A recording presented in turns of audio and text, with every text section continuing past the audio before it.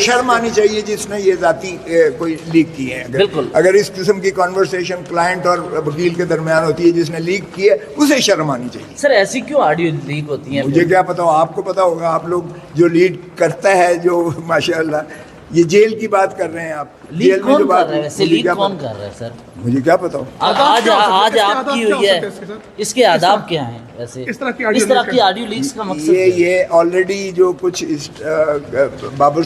Justice Babar sitar साहब ने order किया हुआ है कि आए बताएं कौन लीक करता है, किस कानून के तहत लीक करता है, क्यों नहीं उसकी सजा दी जाती है जो इस तरह की हरकत करता है, ये प्राइवेसी में कैसे मुदाखलत हो सकती है, वो ऑलरेडी चल रही है और मैंने की हुई है वो आगे।